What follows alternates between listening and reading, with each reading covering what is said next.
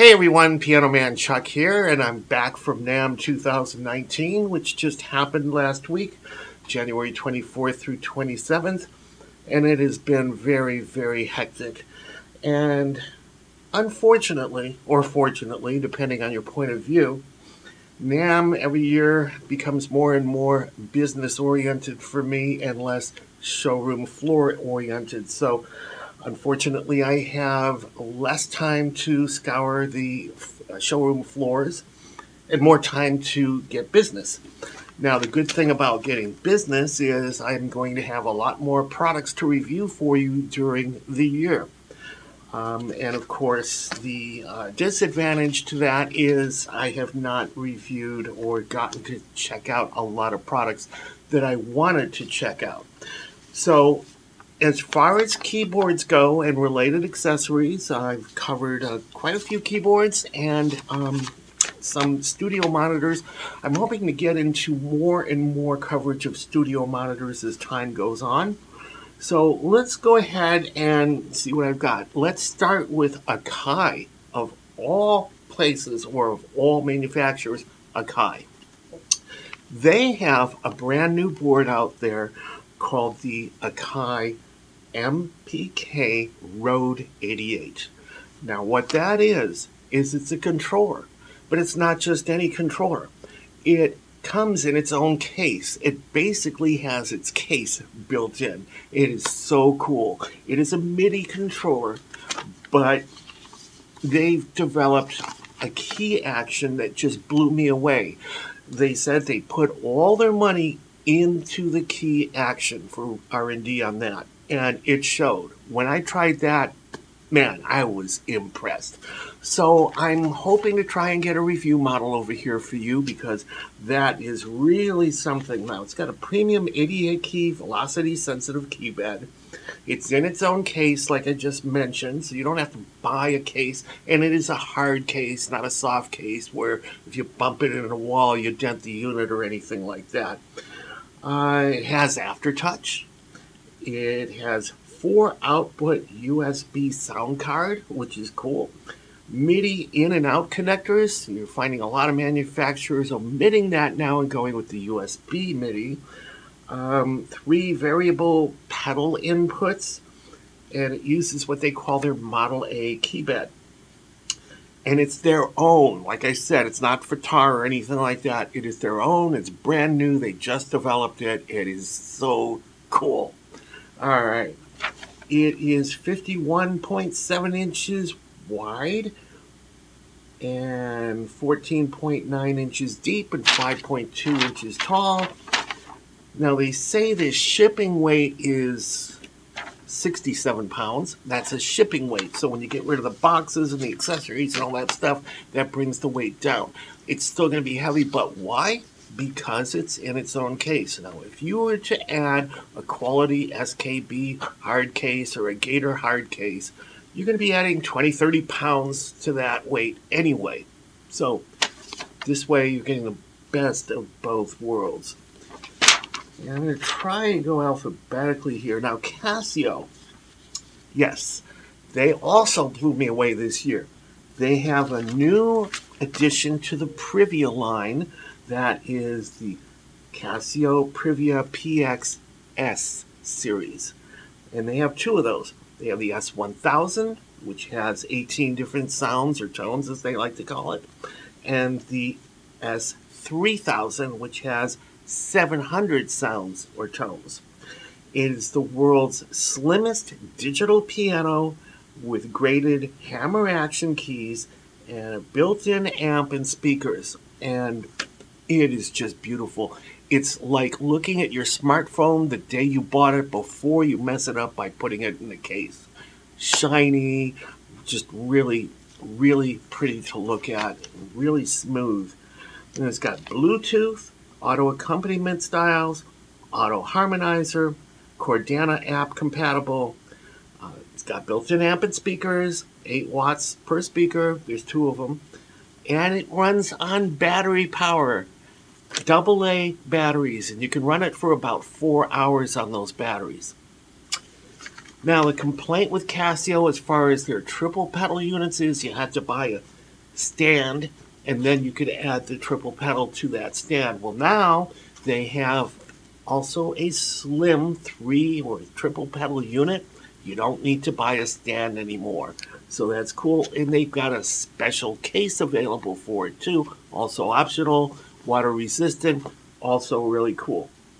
But there's so much to that Casio that I can't cover this in this summary video. So I'm going to do another video that's going to be more specific to the S series of Casio Privia.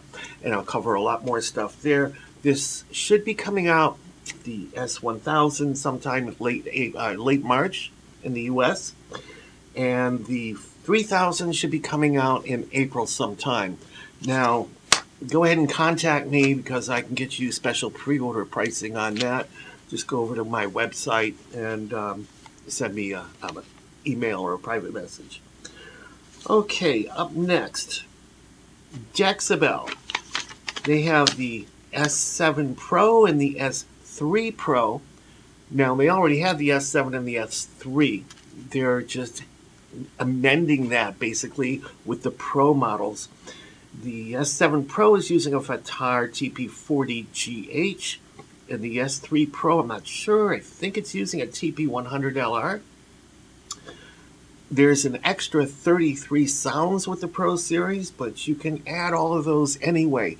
Any Jaxa Bell that you get is going to have the same OS in it, and you can add any sounds you want from their website. They're a lot like Nord like that, where you can go ahead and add sounds. Basically, it's the same design internally, but brand new design on the outside. Key action is a little bit different, more flexible controls, and better quality included accessories. Matches the stunning S9 with its luthier crafted and hand finished end panels, which is pretty cool, and contrasting blue and white metal chassis. They also have a third thing available. It was a prototype when I saw it. It is their Jaxa Bell Vivo H10, H being a home unit. And if you're looking at the pictures while I'm talking about this, you'll see why. It is a beauty, very good looking. So again, contact me. I'll get you some decent prices on these. Next up, let's see what we got. Trying to go in alphabetical order here. It may not work out.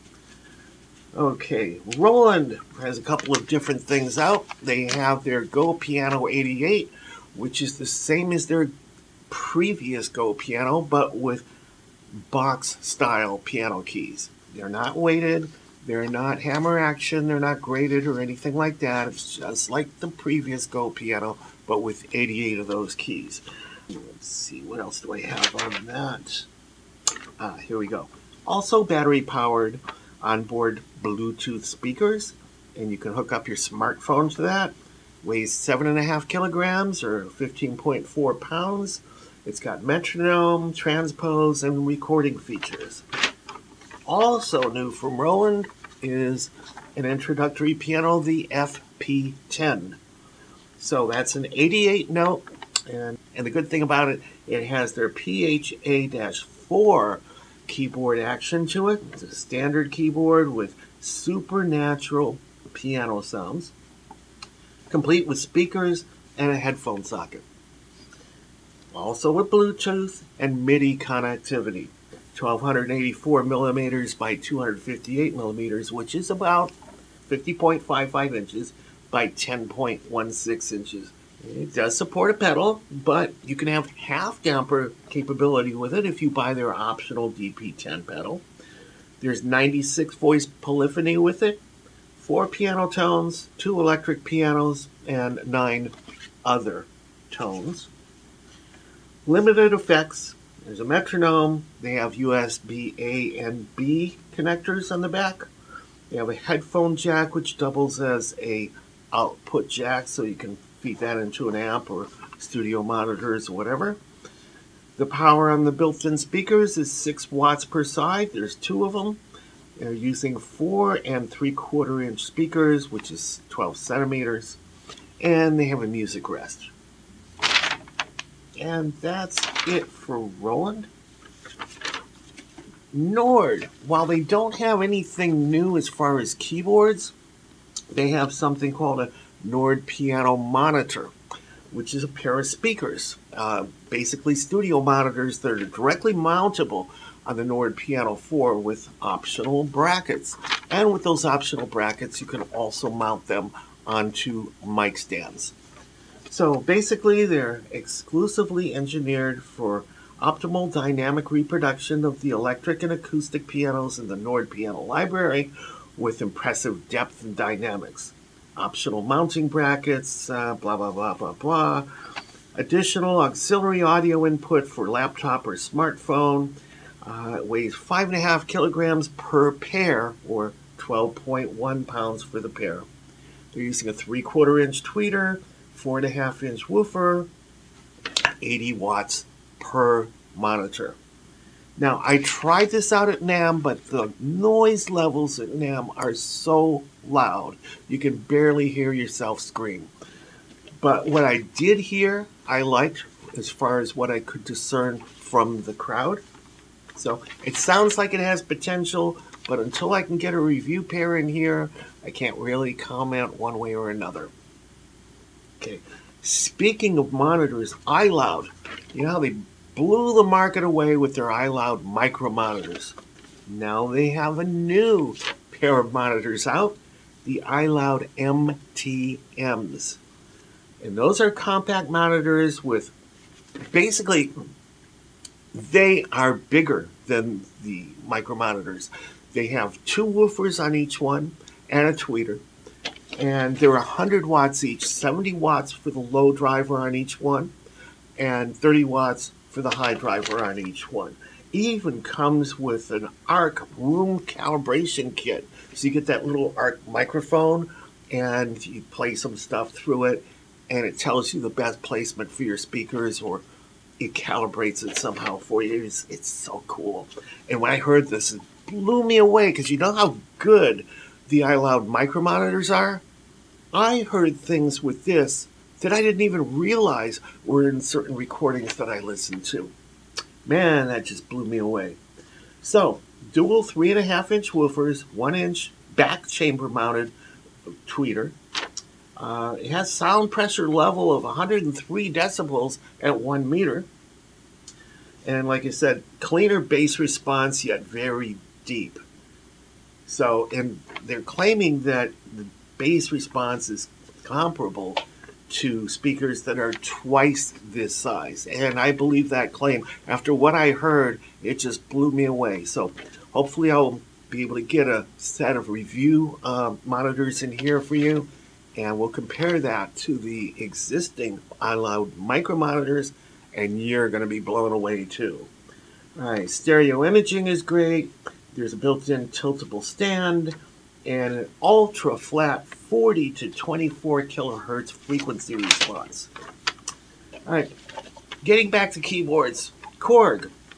There's the new Chrome EX with an updated sound set to support performance production of modern electronic genres.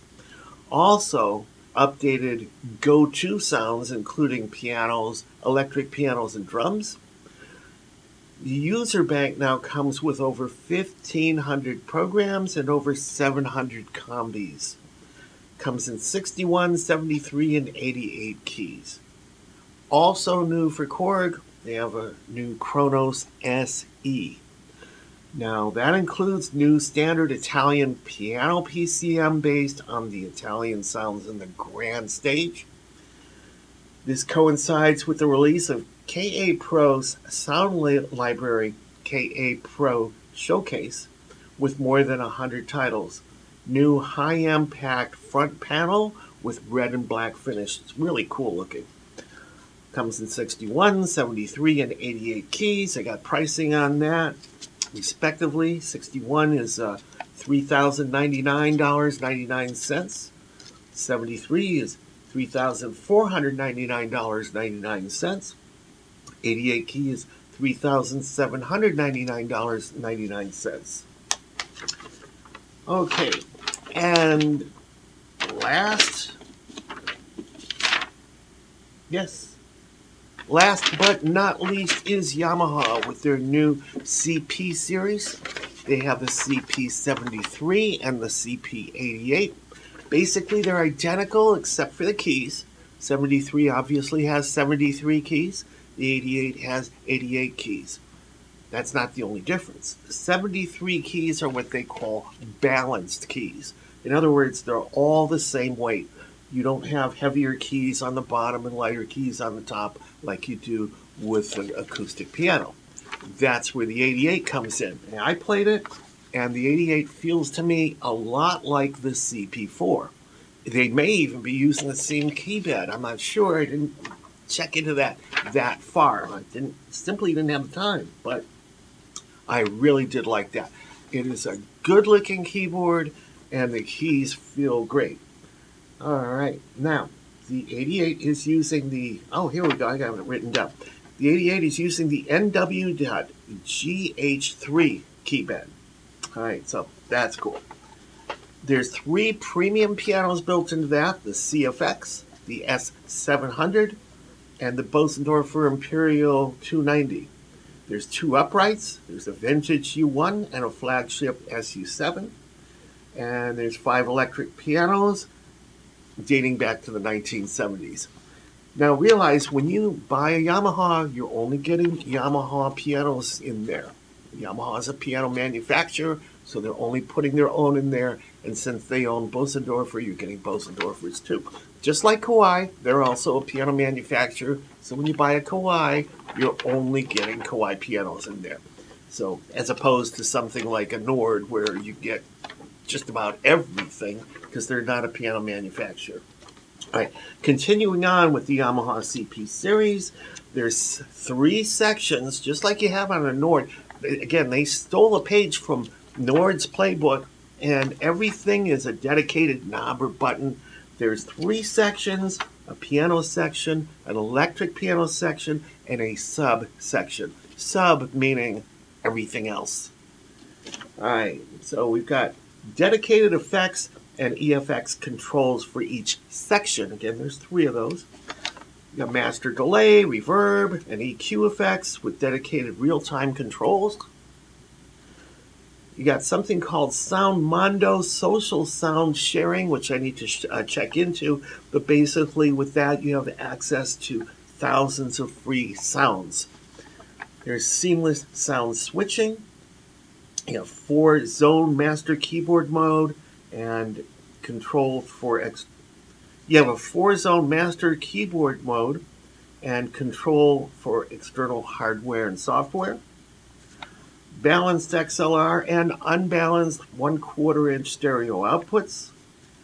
51.1 inches wide, 14.3 inches deep, 5.56 inches high, and it weighs 41 pounds, just like a Nord Piano 4 does.